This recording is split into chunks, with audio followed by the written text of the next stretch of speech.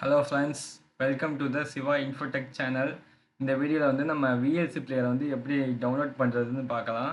அதுக்கு ஃபஸ்ட்டு உங்கள் Google chrome open பண்ணிக்கோங்க. அதில் NITE இது டைப் பண்ணிட்டு என்ட்ரு கொடுங்க. ஃபஸ்ட்டு ஒரு வெப்சைட் வரும், அதை ஜஸ்ட்டு கிளிக் பண்ணுங்கள். கிளிக் பண்ண உடனே இதை பாருங்கள். இதில் வந்து உங்களுக்கு வந்து என்ன அப்ளிகேஷன் வேணுமோ ஜஸ்ட்டு அது இந்த பாக்ஸை மட்டும் டிக் பண்ணிட்டு இங்கே கீழே ஸ்க்ரோல் பண்ணிட்டு வந்து இதை கொடுத்தீங்கன்னா டவுன்லோட் ஆக ஆரம்பிச்சிடும்.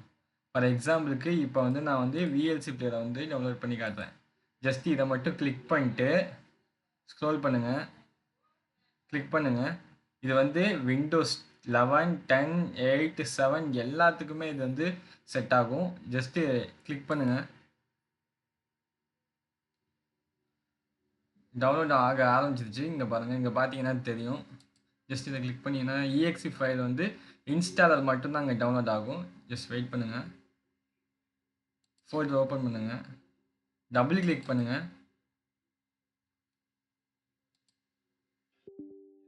எஸ் கொடுத்துருங்க.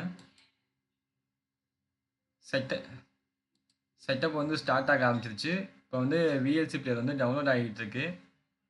கொஞ்சம் வெயிட் பண்ணிங்கன்னா இங்கே சிம்பிள் வர ஆரம்பிச்சிடும் இன்ஸ்டால் ஆகும்போது.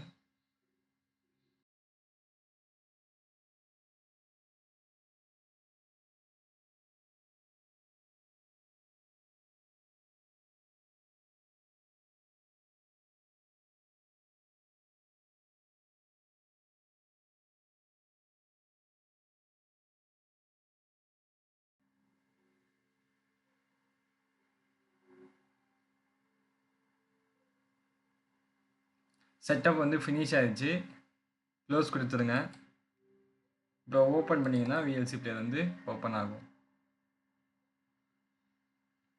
Simple method. இதை யூஸ் பண்ணி நீங்கள் விஎல்சி பிளேயரு அப்புறம் ஸ்பாட்டிஃபை எந்த அப்ளிகேஷன் வேணுனாலும் நீங்கள் டவுன்லோட் பண்ணிக்கலாம்.